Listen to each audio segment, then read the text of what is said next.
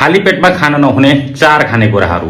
Number 1 मा हो श्रीमतीको गाली, स्वास्नीको गाली। बिहान खाली पेट ठ्याक्कै एकचोटि खाइसकेपछि 3 दिनसम्म तपाईँको चाहिँ नि केही हेर्न मन पनि लाग्दैन, ठाडो सिर गरेर बोल्न मन पनि लाग्दैन।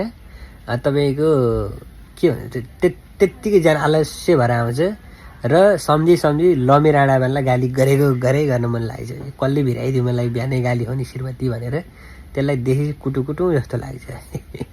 अर्को स्वास्नी देखेपछि पनि चाहिँ रिस उठेर आउने हुन्छ, बेगानलाई मान्छेहरू देखेपछि एकदमै दया लाएर आउने हुन्छ।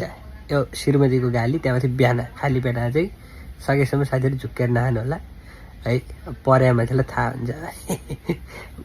फेरि यहाँ मासु पैसा कहिले दिने भन्दै आउला राणापानहरू, त्यहाँ तिमीहरूलाई मैले जानेको छु। अब यस्तो कमेन्ट गरिस् भने यो आइएम के अरे बिलिभ मी आइएम राजेश भन्ने यो फडा बेरोजगारको पराकाष्ठ पनि नआइज। मैले लास्टमा भनेको चाहिँ अन्तिमसम्म भिडियो हेर्छ कि हेर्छ आएन, आउँदैखेरि नआइज मेरोमा है। ल धन्यवाद, म च्यात्थेँ। नमस्ते।